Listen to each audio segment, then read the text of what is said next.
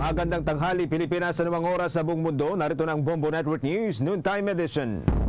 Ngayon ay araw ng Miyerkules, Mayo 10 taong 2023. Sa ulo ng ating mga balita, sa ating mga pangunahing balita, agresibong pagsulong para pasiglahin ang ekonomiya sa rehiyon, aasahan mula sa mga Association of Southeast Asian Nation Leaders. Mataas na bilang ng mga suicide incident naman sa mga pampublikong paaralan ikinabahala ng mga senador. State of calamity dahil sa kakapusan ng supply ng karne ng baboy hiniling sa Senado. Sa international news naman, update bilang ng na-displaced doon sa Sudan, umaabot na sa 700,000 katao ayon niya sa United Nations. At sa sports, balita, Philadelphia 76ers, isang panalo na lamang para umusad sa Eastern Conference Finals. At live nationwide via satellite, dumako tayo sa detalye ng ating mga balita. Mga kabombo ka Star Nation, ngayon pong alas 12 ng katanghalian, pumapalo sa hanggang 32 degrees Celsius ang average sa temperatura sa Kamaynilan. Mamayang alas 2, asahan po ang pagbaba nito hanggang sa 31 degrees Celsius. Pero para ho sa heat index o yaong nararamdaman ng katawan ng tao, umaabot ang init ng hanggang sa 40 degrees Celsius. Batay pa rin sa lumalabas na data ng Bombo Radio Philippines Weather Center. Samantala, sa iba pang balita, inihain sa Senado ang isang resolution na naglalayong maideklara ang state of calamity dito sa bansa dahil na rin sa epekto ng African swine fever.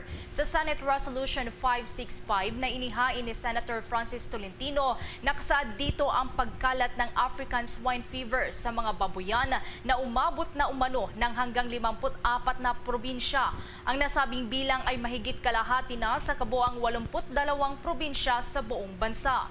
Inihalimbawa rin ng senador ang babala ng Philippine Chamber of Agriculture and Food na patuloy na pagtaas sa presyo ng kada kilo ng karning baboy sa maraming pamilihan dahil na rin sa manipis na supply.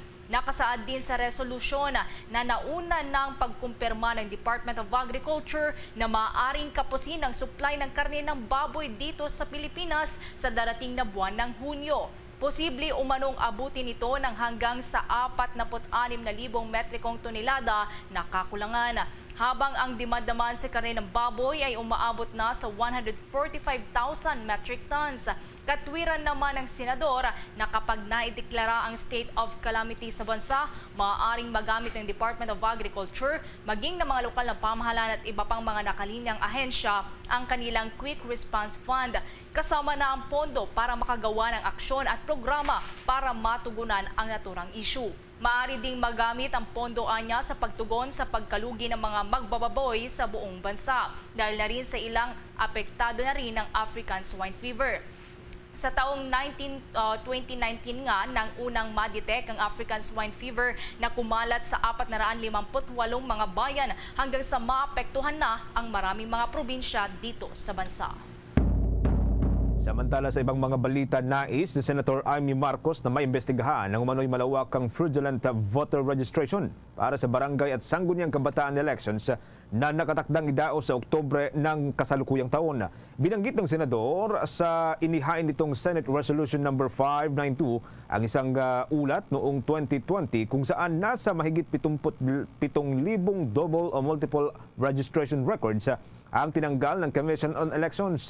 Iniulat din anya ng poll body noong Marso at 31 ng nakalipas na taon na nakapag-detect ng hanggang sa 892,627 double registration para sa 2022 national at local elections. Inihayag din ng mababatas sa resolusyon na ang umano'y malawakan at hindi maipaliwanag na pagtaas ng rehistradong botante at mga registration applicants sa Barangay Carmona sa Makati City, kung saan mula sa 4,718 na registered voters noong 2022 elections, lumubo po ito ng hanggang sa 78 o 78% o katumbas po ito ng 8,415 na bilang ng mga registered voters at registration applicants sa naturang barangay. Kaya't ayon sa mambabatas, kailangang i-revisit ang kasalukuyang election laws, kabilang na ho dito ang Voters Registration Act of 1996 at ilang bahagi ng Omnibus Election Code upang makagawa ng kaukulang reforma para matugunan ang matagal ng issue ng flying voters at mga fraudulent voter registration. Nagpahayag naman ng suporta si Commission on Elections Chairman George Erwin Garcia sa resolusyon ng nasabing senador. Samantala sa iba pang balita, mataas na bilang naman ng mga suicide incidents sa mga pampublikong paaralan, ikinabahala yan ng mga senadora. Samantala, pagtatatag naman ng Comprehensive Water Resources Management Office napapanahon ayon din sa isang mambabatas. Alamin ang kabuuan ng balitang yan mula kay Bombo JC Galvez. Nagpahayag ng pagkabahala si Senador Win Gatchalian sa mataas na bilang ng mga suicide incidents sa mga pampublikong paaralan sa bansa kahit na naisabatas na ang Republic Act 11036 o ang Mental Health Act. Sa public inquiry ng Committee on Health and Demography sa pagpapatupad ng Republic Act 11036, binanggit ni Gatchalian na mayroong humigit kumulang 2,147 na pagtatangkang magpakamatay na naiulat sa mga pampublikong paaralan at mayroon namang kabuang 404 na mga mag-aaral ang aktual na nagpakamatay noong school year 2021 to 2022. Tinukoy ng senador na batay din sa mga numero, 20% ng mga suicide calls ay mula sa mga 17 years old pababa o mga teenagers.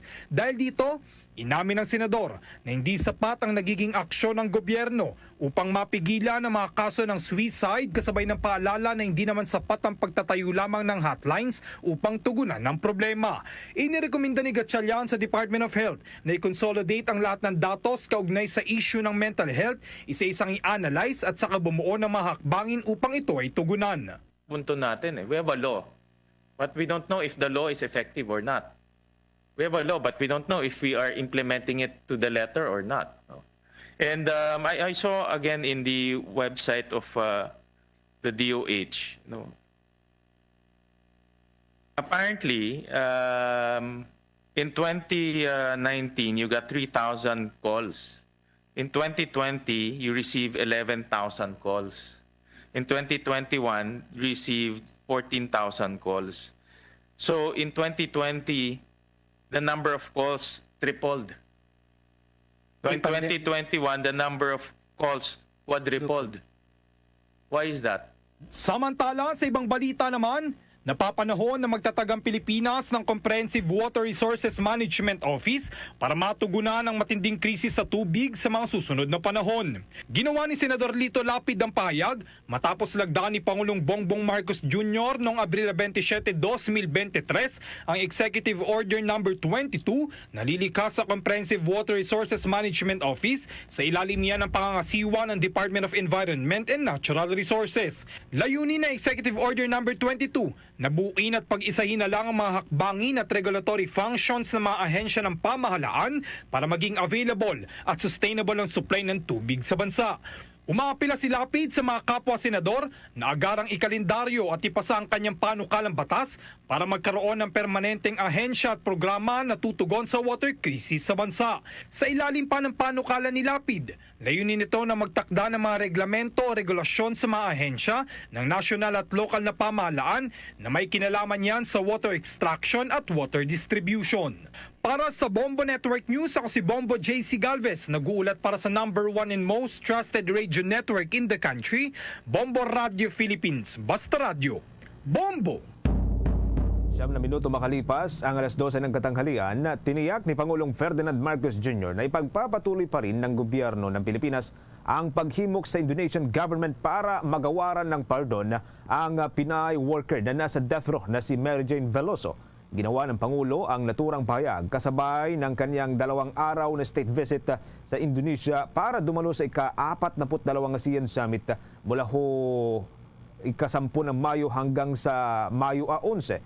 Sinabi ng punong ehekutibo na sinabi ng Indonesian government na ito ang kanilang batas at kailangang ipatupad. Subalit hindi niya ito nangangahulugan na natapos na ito at umaasa pa rin na ito ay magbabago. Kung matatandaan sa unang state visit ni Pangulong Marcos sa Indonesia noong Setyembre noong nakalipas na taon, sinabi ni Foreign Affairs Secretary Enrique Manalo na formal na nag-request ito sa kanyang counterpart na maigawad ang tinatawag na executive clemency kay Veloso. Magugunitan na nag-convict itong si Veloso sa drug trafficking at nasentensyahan ng kamatayan noong 2015 matapos na madiscover ng mga otoridad ang nasa 2.6 kilograms ng heroin na nakasilid sa lining ng kanyang bagahe noong 2010. Naghain ng not guilty plea si Veloso at sinabi nito sa korte na ang bagaheng ginamit niya ay ibinigay lamang ng kanyang recruiters na tinukoy nitong sina Maria Cristina Serio at Julius Lacanilao.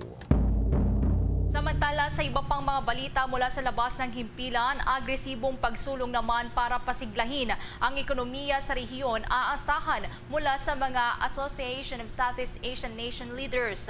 Yan at iba pang mga balita mula kay Bombo Anali Soberano. Inaasahan ni Pangulong Ferdinand Bongbong Marcos Jr. sa mga pinuno ng Association of Southeast Asian Nation na gagawa ng isang agresibong pagsusulong upang muling pasiglahin ang ekonomiya ng rehiyon matapos mabugbog ng maraming headwind sa nakalipas na ilang taon. Inihayag ng Pangulo ng agenda ng summit ay nakatuon sa paggawa ng rehiyon sa isang locomotive na pandaigdigang ekonomiya at kasabay nito ay muling pasiglahin ang ekonomiya din ng rehiyon. Binigyang diin ng Chief Executive ang kamakailang direksyon na ginawa ng European Union at iba pang pandaigdigang ekonomiya na lumiliko patungo sa Asia dahil ang rehiyon ay lumilitaw ngayon na mas mahusay. Dagdag pa ng Pangulo, nakatakda din siya magkaroon ng bilateral meetings kasama ang mga pinuno ng Vietnam at Laos at Timor-Leste sa sideline ng kanyang pagdalo sa ASEAN Summit. Ang Timor-Leste na dumalo sa ASEAN Summit sa unang pagkakataon bilang observer ay sumusulong sa pagiging miyembro nito. Nabanggit na ang kahalagahan ng pagkilala na sa pinuno nito kabilang ang Vietnam at Laos, ibinugyad din ng Pangulong Marcos na kanyang hihikayatin ang kanyang mga kapwa leader sa Southeast Asia sa 42nd ASEAN Summit na humarap na paraan para itulak ang finalization din ng Code of Conduct sa West Philippine Sea para mabawasan ang tensyon sa pinagtatalunang teritoryo. Sabi ng Pangulo, kapag walang Code of Conduct na mapagkasunduan ay hindi kakalma ang issue sa West Philippine Sea. Dagdag pa nito na ang pagkakaroon ng isang Code of Conduct ay magpapalinaw sa mga bagay-bagay at mabawasan ang posibilidad ng mga maling kalkulasyon. Pakinggan natin ang pahayag ni Pangulong Ferdinand Bongbong Marcos Jr. Ang agenda rito is in the theme is that talagang para how do you say how to make more to revitalize the economies. You know, we've seen sa EU, we've seen sa ibang lugar that the global economies are also turning towards Asia. And the reason is that perhaps we are adjusting better than the Western countries, the African countries, the Middle Eastern countries are also doing well. But tinitignan din ang Southeast Asia and ASEAN. And that's what the subject matter will be, is that how do we play the part that we want to play, which is going to be the global locomotive of the global economy. So I think all of those aspects of that, yun ang pag-uusapan. Samantala, sa ibang balita naman, hinimok ngayon ng Civil Service Commission ang mga college graduate na may summa cum laude, magna cum laude o cum laude Latin honors na mag-apply na sa civil service eligibility na kanilang magagamit kapag nais ng pumasok o magtrabaho sa government offices. Ayon kay Civil Service Commission Chairman Carlo Nograles, base sa Presidential Decree No. 907 na ipinalalabas noong March 11, 1976, ang Civil Service Commission ay magbibigay ng honor graduate eligibility sa Latin honor graduates ng private higher education institutions sa bansa hanggang sa kasalukuyan na mayroong baccalaureate o bachelor's degree na kinikilala ng Commission on Higher Education. Layunin ng naturang batas na agad na makapasok sa gobyerno ang Latin honor graduates at matiyak ang kanilang partisipasyon sa public service, gayon din ang pagpapataas sa kalidad ng civil service. Noong nakarang taon, ang Civil Service Commission ay nakapagbigay ng nasa 15,559 individuals ng higher graduate eligibility. Sa kabilang dako, binigyang diin ng komisyon ang pangangailangan para sa mga ahensya ng gobyerno na maglagay ng mga hakbang na nagtataguyod ng isang malusog na lugar ng trabaho na nagsasabi ng isang malusog na pampublikong sektor ay manang magagawa ay isang produktibong manggagawa. Sinabi ni Nograles, sa gitna ng maraming iba't pang komplikadong mga pangangailangan, kailangan kilalanin ang kahalagahan ng kalusugan at kagalingan ng empleyado. Ang Civil Service Commission ay naglagay din ng mga premium sa pagbibigay ng ligtas at malusog na kondisyon sa pagtatrabaho at pagtataguyod ng mga kasanayan sa kalusugan sa 1.8 milyong manggagawa ng gobyerno. Ayon sa opisyal, batay sa Memorandum Circular Number 30 na inilabas noong 1994 na nagbibigay ng checklist ng mga makatwirang kondisyon sa pagtatrabaho na sumasaklaw sa mga pangunahing kaalaman gaya ng mainom na tubig at sapat na ilaw. Kabilang din ang mandatoryong random ng pagsusuri sa droga at pagbabawal sa paninigarilyo sa mga tanggapan ng gobyerno. Bombo Anali Montaño Soberano nag-uulat para sa #1 and most trusted radio network in the country, Bombo Radio Philippines, Basta Radio, Bombo! 16 na minuto makalipas ang alas 12 ng katanghalian, bumaba pa lalo ang water level ng Angat Dam. Ito ay sa likod ng ilang mga pagulan na naranasan sa bansa, dala ng ilang mga weather system. Ayon sa State Weather Bureau, nasa 193,072 meters na lamang ang water level ng nasabing dam. Mas mababa ito ng 18 centimeters mula sa 193.90 meters nitong nakalipas na Lunes, Mayo 8. Pero ang kasalukuyang level ay nasa safe level pa rin naman dahil sa mas mataas ito kumpara sa minimum operating level ng nasabing dam na ito ay nasa 180 meters. Maliban sa Angat Dam, naitala rin ang pagbaba ng water level sa iba pang mga malalaking dam sa bansa, katulad ng Ipo Dam, La Mesa, Ambuklao, San Roque, ang Magat Dam at maging ang Caliraya Dam. Samantala, binigyang diin naman ni Department of National Defense Chief Cardito Galvez Jr. na mahalaga na mapanatili ang maritime security sa Southeast Asian region para sa patuloy din na paglago ng ekonomiya ng ating bansa para sa benepisyo ng mamamayang Pilipino. Ginawa ng Department of National Defense Chief ang pahayag sa idinaos na Maritime Security Symposium na pinangunahan naman ng Philippine Navy sa Taguig City na nagsilbing guest of honor at speaker.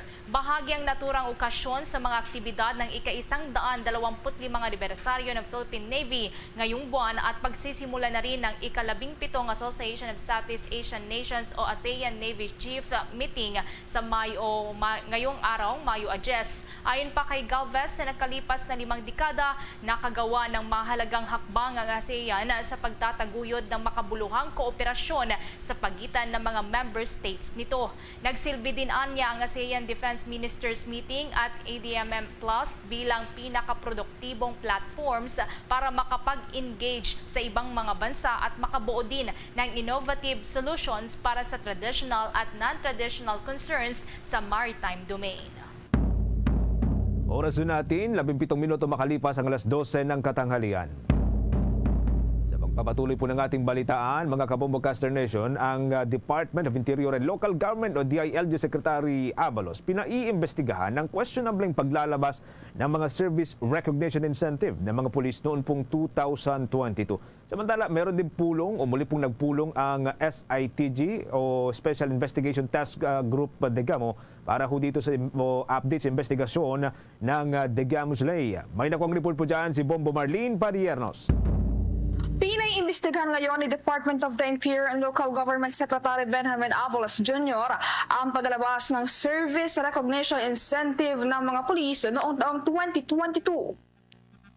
Kasunod ito ng ilang mga reports na may ilang mga pulis ang nakatanggap ng kanilang incentives ng mas mababa kumpara sa napagkasunduang halaga. Batay kasi sa nilagdaang Administrative Order No. 1 ni Pangulong Ferdinand Marcos Jr. noong Disyembre ng nakalipas na taon ay pinahihintulutan ang pagpapalabas ng Service Recognition Incentive para sa mga empleyado ng Executive Branch bilang pagkilala sa kanilang naging kontribusyon sa pamahalaan sa pagtugon sa serbisyo nito sa taong bayan, lalo na noong kasagsagan ng pandemya sa bansa ng dahil sa COVID-19. Alinsunod sa kotosang ito ay bibigyan ng isang best na Service Recognition Incentive sa pare-parehong halaga na hindi hihigit pa sa 20,000 pesos para sa mga trabahong nasa ilalim ng Executive Department.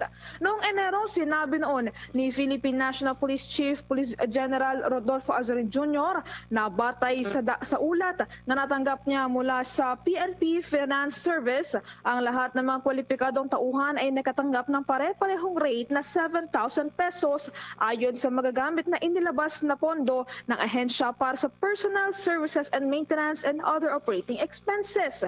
Ngunit may mga reports na nagsasabing ang ilang mga tauhan ng pambansang pulisya ay nakatanggap lamang daw ng incentives na aabot lamang sa 4,000 pesos.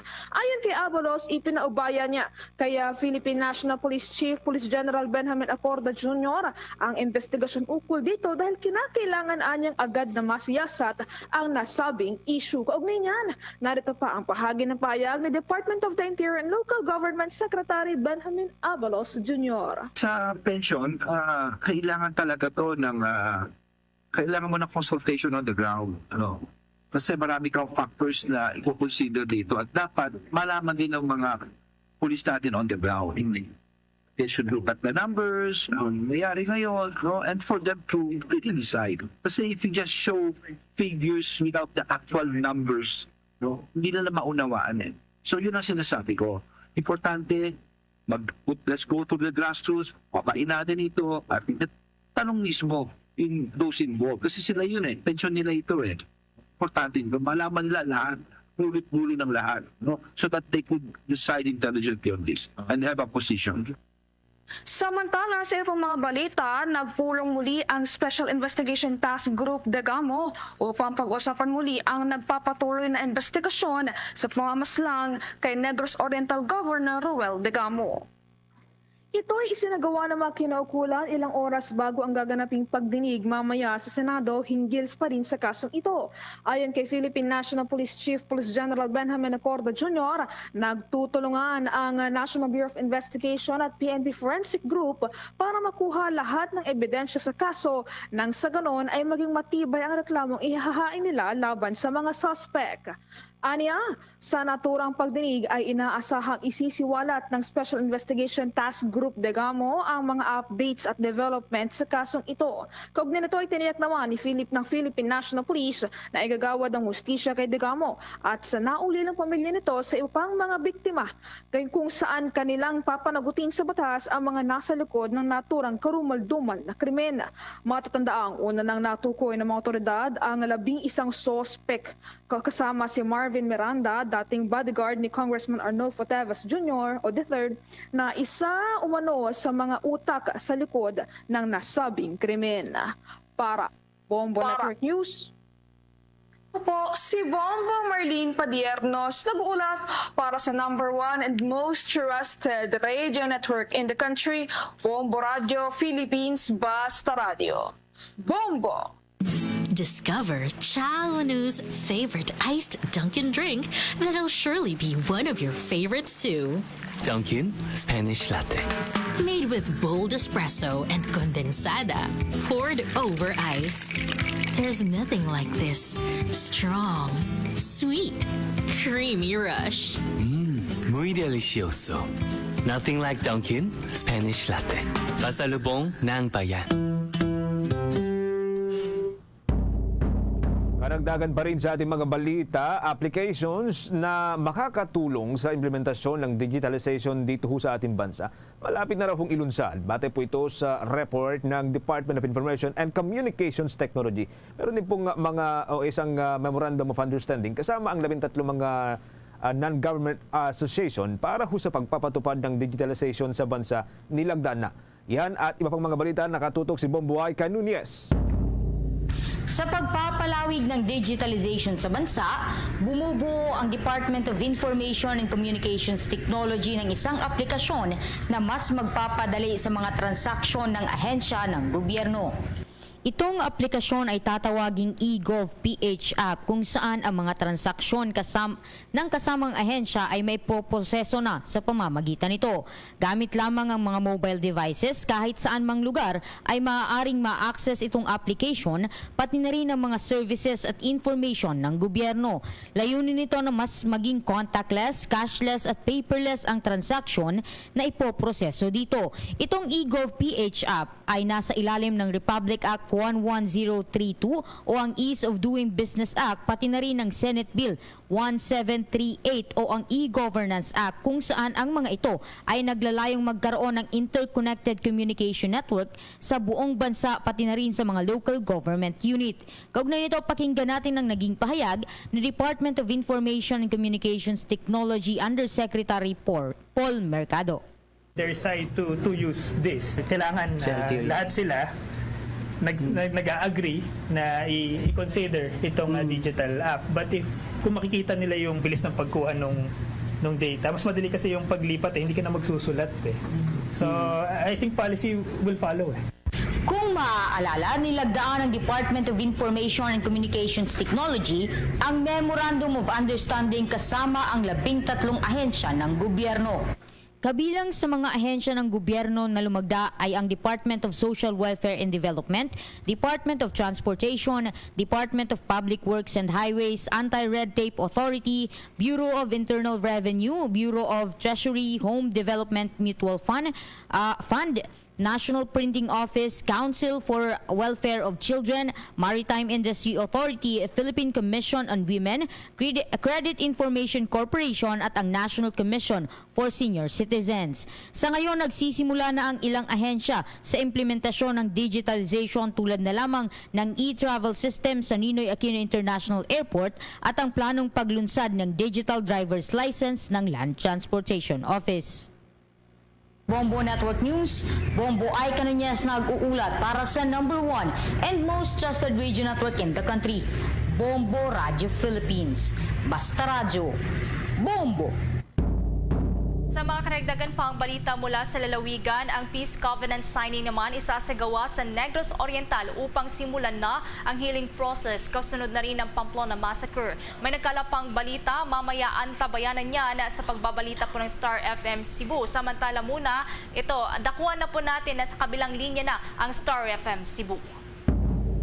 Tinutulak ngayon ng Negros Oriental Provincial Police Office ang isang peace covenant at inimbitahan ang 25 local chief executives ng lalawigan upang simulan ang healing process matapos ang nangyaring Pamplona Massacre noong Marso 4. Inihayag ni Negros Oriental Police Provincial Office Director Police Colonel Alex Recinto na matapos ang insidente ay nagkaroon sila ng mga konsultasyon sa sektor ng negosyo at nakita umano nila ang epekto nito, partikular sa ekonomiya ng lalawigan. Magsisilbi naman itong Ambassador for Peace and Prosperity kasama si Dawin Mayor Galicano Truita. Sinabi pa ni Recinto na nagsimula naman na siyang maglibot at nag-courtesy call sa mga lokal na opisyal at iba pang pinuno ng ahensya upang anyayahan sila sa iminungkahing Peace Covenant. Binigyang din pa nito na ang aktibidad ay hindi lamang para sa kapayapaan kundi para rin sa kaunlaran at pagkakaisa na sumulong sa gitna ng trahedya. And we have decided na magkaroon po tayo ng activity na mag-move on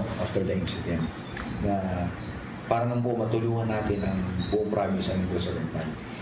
Bahagi ng pahayag ni Negros Oriental Police Provincial Office Director Police Colonel Alex Recinto. Sa kasalukuyan, hindi bababa sa 10 alkalde na sa Negros Oriental ang nagbigay ng kanilang suporta para sa nasabing aktibidad upang makamit ang kapayapaan na magbibigay daan sa healing at recovery process ng mga tao. Wala namang ibinigay na petsa para sa Peace Covenant dahil hinihintay pa rin matapos ang isinagawang courtesy call at pagbisita sa iba pang mga alkalde. Mula dito sa lungsod ng Cebu, Star DJ Sophie Ember nag-uulat para sa #1 and most trusted radio network in the country, Bombo Radio Philippines. Basta radyo, Bombo! Oras natin, magkakabombo 29 na minuto makalipas ang 12:00 ng katanghalian. The time check was brought to you by Dunkin, pasalubong ng bayan. Bombo International News. Dumoble pa ang bilang ng mga mamamayan sa Sudan na na-displaced dahil sa nagpapatuloy na labanan sa pagitan ng military at paramilitary forces ayon sa United Nations. Ayon sa International Organization for Migration, mahigit 700,000 katao na ang na-displaced dahil sa labanan simula pa noong Abril 15 ng kasalukuyang taon. Ito ay mahigit pa sa doble mula sa 340,000 na iniulat noong araw ng Martes ni United Nations spokesman Paul De Leon. Ayon pa sa United Nations Refugee Agency, Agency, nasa 150,000 Sudanese na ang lumikas na sa karatig ng mga bansa. Bilang resulta, humaharap ngayon ang mga lumikas mula sa war zones ng kawalan ng tubig, magagamit na elektrisidad, pagkain at medical care, kung saan ayon sa United Nations ay aabot sa 1/3 ng populasyon ang nangangailangan ng humanitarian assistance kahit bago pa man sumiklab ang labanan. Luzon, Visayas at Mindanao, yan na pong kabuuan ng ating balitaan para sa pangtanghaling edisyon ng Bombo Network News o Bombo Network News Noontime Edition mula ho dito sa Makati News Center para sa #1 and most trusted radio network in the country, Bombo Radio Philippines, Basta Radio. Bombo!